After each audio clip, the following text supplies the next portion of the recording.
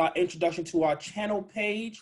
And I'm just gonna let you guys know a little bit what this is gonna be about. It's Sneaker Conversations. It's for the everyday sneakerhead, somebody that's getting into the culture compared to and in the culture for 30 plus years. And every time we have a new guest on the show, the first question we're gonna ask them is, what is the sneaker that got them into the culture? And since this is our introduction video, we're gonna start off by answering that culture. So, you want to take the first shot at what is the sneaker that got you into the culture? Yeah, I got this one. All right. Easy for me. I'm going to say Wale. Shout out to Wale. I'm saying shout out to Wale because it has to be the pine green foams with the check on the side. And the reason why I say that is because that sneaker in particular got me into going to Nike Town on 57th and 5th, standing in the lines, waiting for sneakers just so I could have them. I mean, it's just so I could generate this collection that I do have now. So that's pretty much, I got to give it to Wale and I got to give it to that sneaker. That sneaker got me into the culture for sure. Got it. Mine is going to be a little different. It wasn't a sneaker I got at the moment. It would be one that I got years later, but it is what started the obsession I have, especially with Jordan Brand. So this is 2000. So at this point, I'm either in 6th or 7th grade. Now, remember, at this point, I'm not getting sneakers frequently. My mom will buy them once, they're like 2 sneakers a year.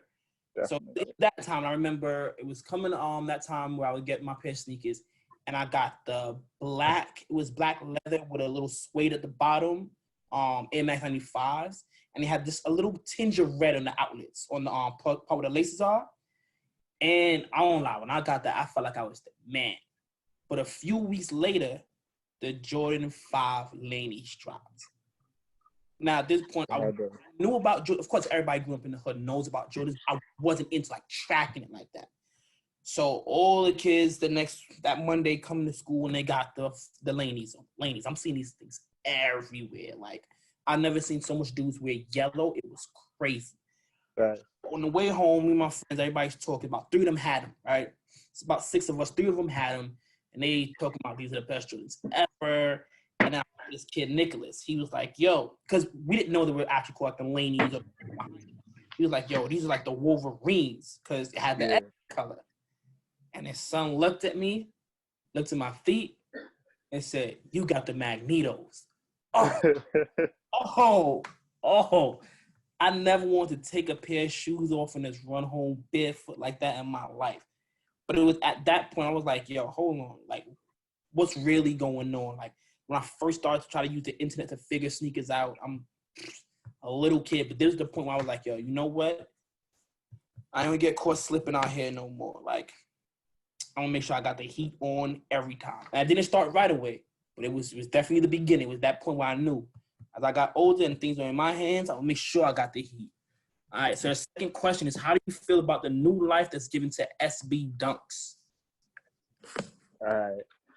I know we haven't gotten to the part yet where you need to show their feet, but I got to show you something.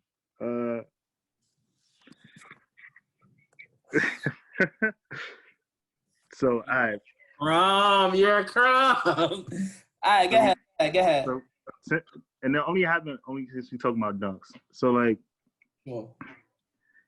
I appreciate it because I come from like the era where like high school where dunks and SBs were like the thing to have, and that resurgence is cool because there are like they do appeal to, and especially like what they're doing now where like they're only going to skate shops and they're only letting skate shops do releases, and like Nike will have like a limited amount on like site, but skate shops have them. So like that's a culture in itself. Like skating is a culture, and they bring their own unique skill set to like the sneaker world, and I appreciate what they're doing for them right now.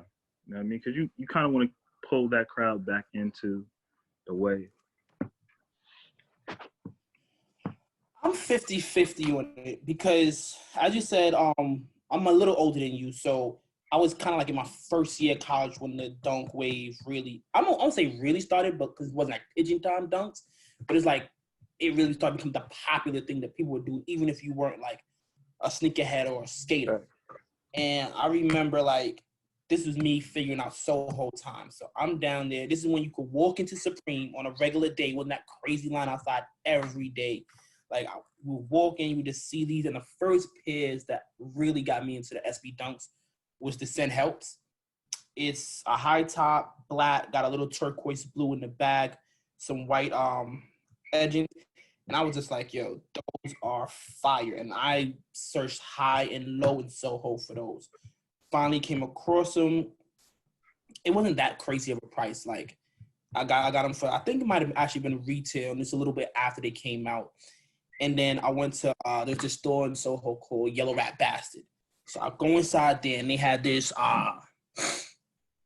black and white striped shirt, but it had like this lady screaming on it, and it was like the same turquoise blue edged into it. So like, oh, I was definitely bodying those. But I'm gonna be honest, I don't like it.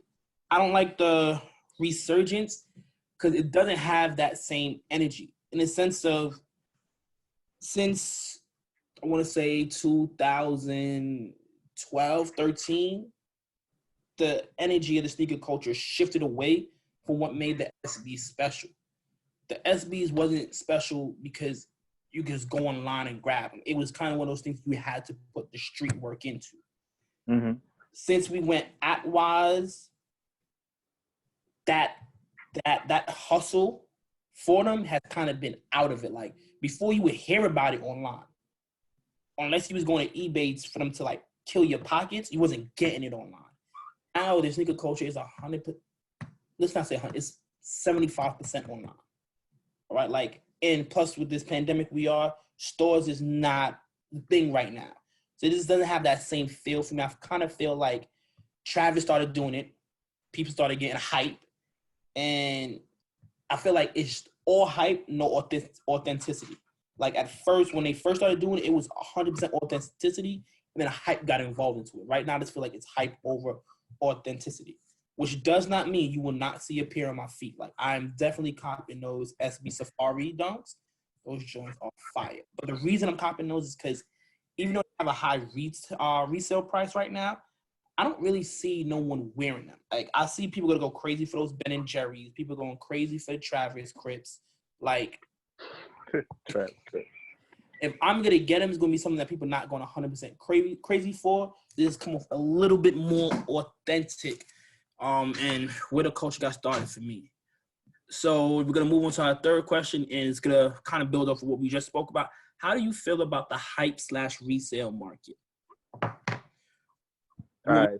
You gave a 50-50 answer, and I'm going to do the same right now. Got it. Hold on. My answer was 80-20. I hate the resurgence. That's 80-20. But them Safari's coming home. All right, but go ahead. All right. So mine's definitely 50-50. As far as like, I know for myself, I'm not really out here navigating through the sneaker culture and talking to people, the right store owners, to be given a chance to get the sneaker or the hype released for retail. So I'm out here online trying to get it every single time it releases. Because I could say I have like a couple pair of hype sneakers, and I don't find myself being a hype beast, but I do have like a couple pair of hyped up sneakers. So I'm there trying to get them only because I really like them. I really enjoy them, but I'm there trying to get them. So with the sneaker culture being the way it is right now, and the amount of money that there is in the sneaker culture, it's hard to get a pair of sneakers that you genuinely love or like, or you can see yourself wearing or having a part of your collection. So that's why I dislike it.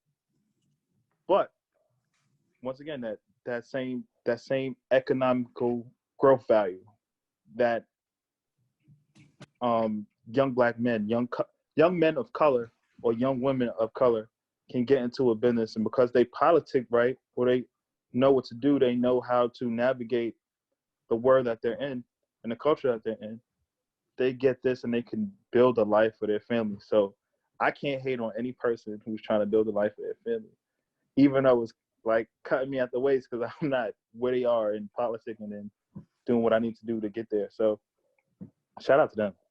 So that's my 50-50 answer. I love it because it's building Black colored people's lives, and I dislike it because it's taken away from my collection, and I gotta pay resale prices. You know what I mean? Got it. I'm going all in on this one. I'm 100% for it. Now let's start off with the economics you was talking about. I'm a teacher, and right now I have a period like once a month where I just get to talk to kids about like sneakers. Like it's not coming out of class. It's like early morning stuff. They come in early. We sit and we talk about sneakers. Like teaching kids, young brown and Black kids in Harlem, and I'm teaching them like, yo, let's say a few years before this, to tell a kid that age, like, yo, you can make the right investments, and on any given weekend, you feel me, come home with $1,000 in revenue. You feel me? In the 7th grade, I won't say that wasn't possible, but it wasn't what you would want your 7th grade kid doing. You feel me? And now it's a legit opportunity for these kids. Like, they can really like just politic and like there's no age barrier. Like you can not even politic. You get your mom and your dad to invest $150 in you. You feel me? Get to the sneaker store early. You feel me? Hit the raffles. You feel me? And just get a pair and then build a business off of one pair of sneakers. Like I love that. And then for a sneaker collector like myself, sneakers appreciate in value. There's not a lot of things in the world right now you can say, yo, I can take this. I can take it out the store. I can wear it. And it still would appreciate in value. Like, go on StockX, go on Go. You have people that are selling used pair of Travis Scotts for over $1,000. And the Scotts aren't the only ones that are doing it. You feel me? Like, used pair of sneakers can still be sold for more than what somebody bought them for. To me, it's fire. Like, the economics that go behind is like, a few years ago, a dude had like 20, 30 boxes of sneakers in his crib. It's like, yo, you're just taking up space. Now you see a dude with that many sneakers in the crib, like, yo, that man has an investment. You feel me? Like, these are like physical stocks that you just don't put down and say, oh, I have this many stocks. Like, yo, you're seeing it in stock, literally. Like, yo, this is my sneaker collection. I know I can get this much off of these. Like, that's crazy. And then also, I love the hype. Like, I love the hype. Like, all these people that complain, oh, I hate these hype, these blah, blah, blah. They're only mad because they're not getting the sneaker. They're only mad. And like, all right, if you want to talk for real, the Travis Scott high once. I love the fact that, yo, you tell anybody, yo, you want those? The answer is yes. Yes. Like, I haven't heard no one trash it. But then there's about to be some brown Jordan 1 highs come out. They're going to sit on the shelf. Why? It's not because, oh, it doesn't have a backward swoosh. Like, trust me, people really aren't going that crazy for that swoosh. It's because it doesn't have the hype. So everybody that's complaining about the hype, they need to stop it, because if some of these sneakers don't have the hype, they sit on shelves. They sit on shelves. Like, so yes, I may miss out on some things because of the hype, but at the end of the day, I'm for it. Like, when I go outside and I got some J's on, like, yes, I like to feel like people like, oh, he got those. Like, yes. That's what I paid for. I invested for that. All right. And in a few years, when I'm an old man on a wheelchair, and it's time for me to go, I know, like, you're legit. I said I could pass down. When I pass, my kids could flip them, and they're gonna come up with something. So I'm 100% for the hype in the resale market. So now we're gonna move on. This is your man's. How do you feel about Kanye officially becoming a billionaire? This is all sneakers. Like, this is not Kanye the producer, Kanye the rapper, the way we were introduced to Kanye. This is Kanye the sneaker maker. Like, how do we feel the fact that, yo, he doesn't own Adidas, but he owns Yeezy, and he is a billionaire? I can't separate them.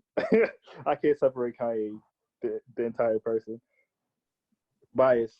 Kanye's like my favorite rapper, so No, I'm not saying to separate them. I'm just saying like the billionaire. Kanye's like my favorite person. Period. So like I'm coming in with a bias anyway.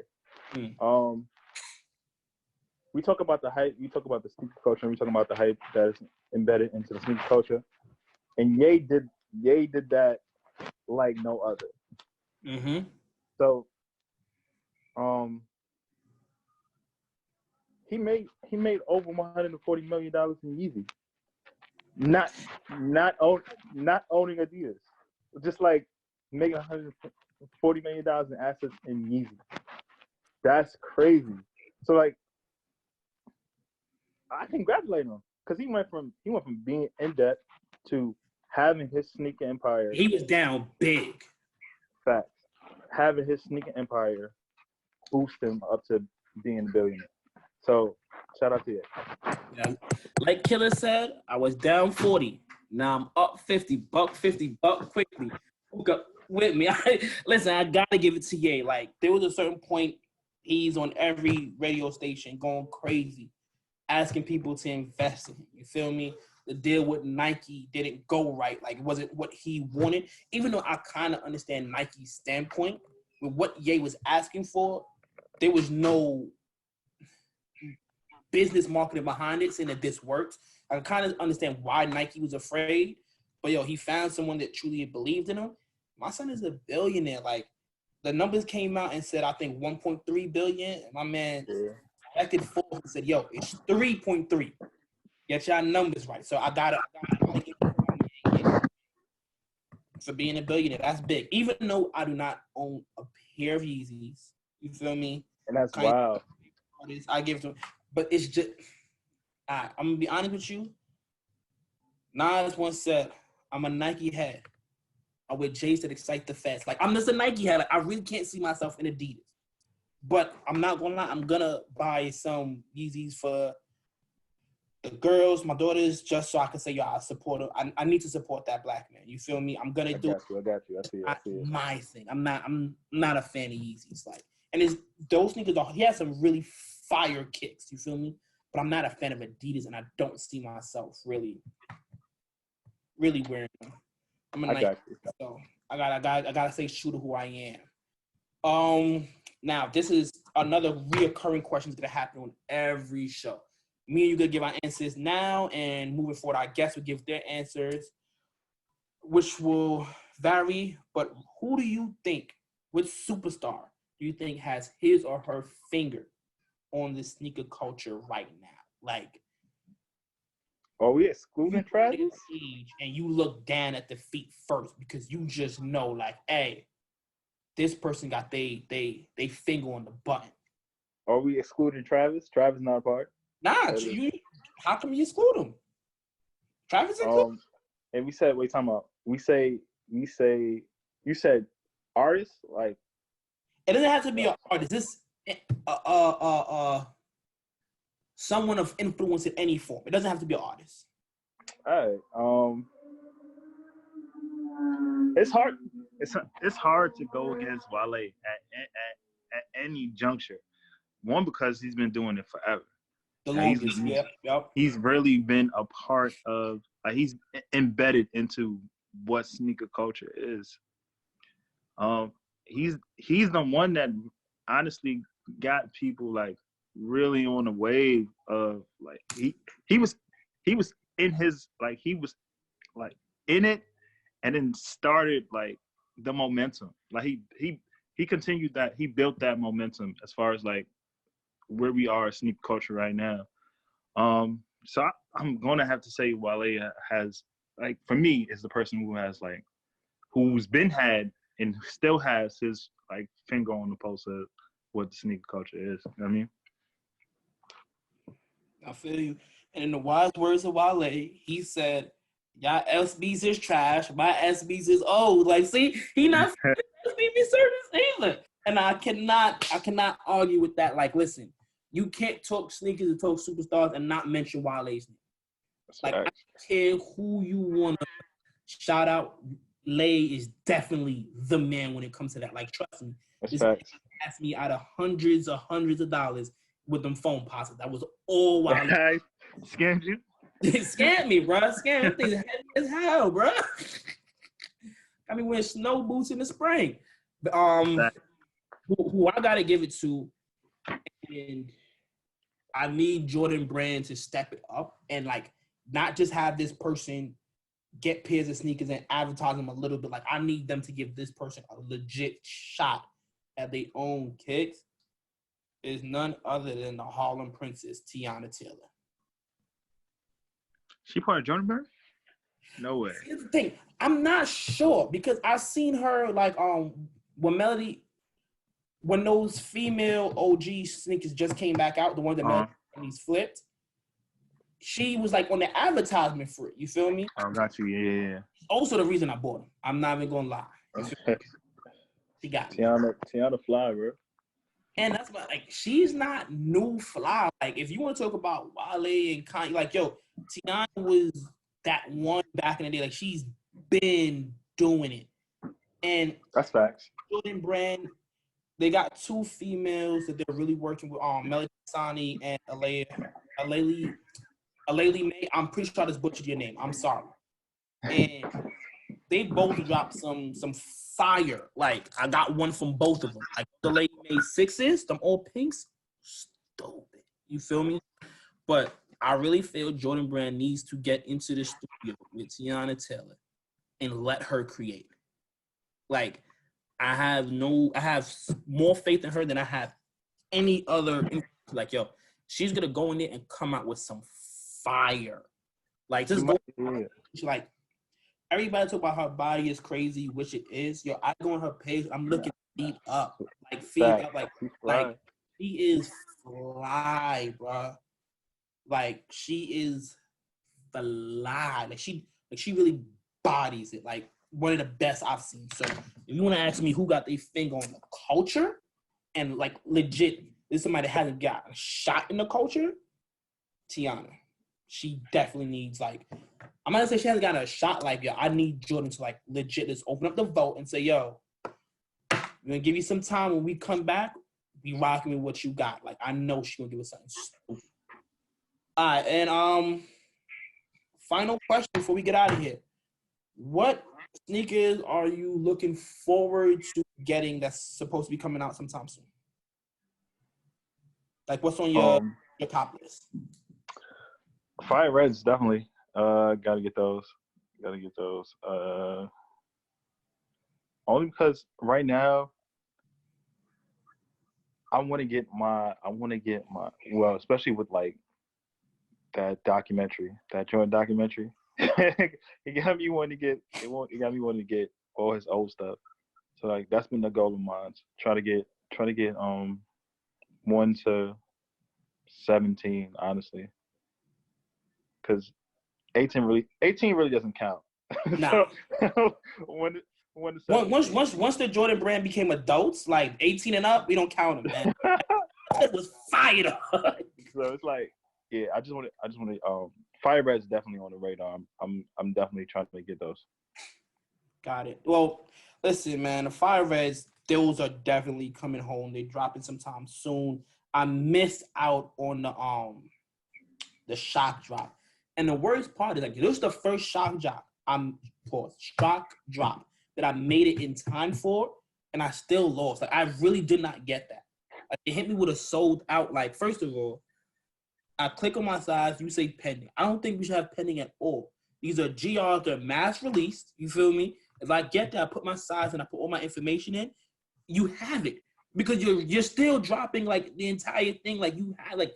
How they gave me that L on that? That was crazy. Like, yo, like, I don't know, bro. Like, sheesh. Like, how do I lose something that you can't really even lose? Like, anyway, but the ones I'm looking forward to they're not confirmed yet, but there were some pictures that leaked early, and they were these black threes, black and purple threes. I'm not sure if they're going to have yellow on them yet. But it kind of reminded me of those Kobe threes, the black ones, not the white ones. It reminded me of the black ones that was super rare. And I think I only seen LeBron with. No. My son PJ Tucker, he might have had a pair too. Don't sleep with my son, man. So we'll save tough for the next episode. Like we're definitely All right. down his like whole stuff. But yeah. There's no date on them. It wasn't a confirmation on them, but I seen that they were thinking about it. And I really think Jordan Brand needs to do this. Like, this is something that needs to happen. I understand with the corona, things are probably crazy when it comes to producing in China, where they produce, or Indonesia, wherever that is. Well, I know Indonesia. I'm talking about wherever the factories are. They need to make that happen. They need to make that happen. Like, I get it. I cannot afford that Kobe pack, but I definitely, like, Kobe is my favorite player ever. You feel me? Jordans are my favorite sneakers ever. And I need to have some, even if they don't want to name them Kobe, just something that's paying homage to that. We need them. Those are what I'm looking forward to. Like, I'm checking this blog sites every day, just waiting to hear some more information on them, but we need those. And I think that's it for episode 1. It's about, 20, 30 minutes? And we did good. Looking forward to having our first guest next week. And we'll see you guys, man. Sneaker Talk, and we out. Later, y'all. Peace.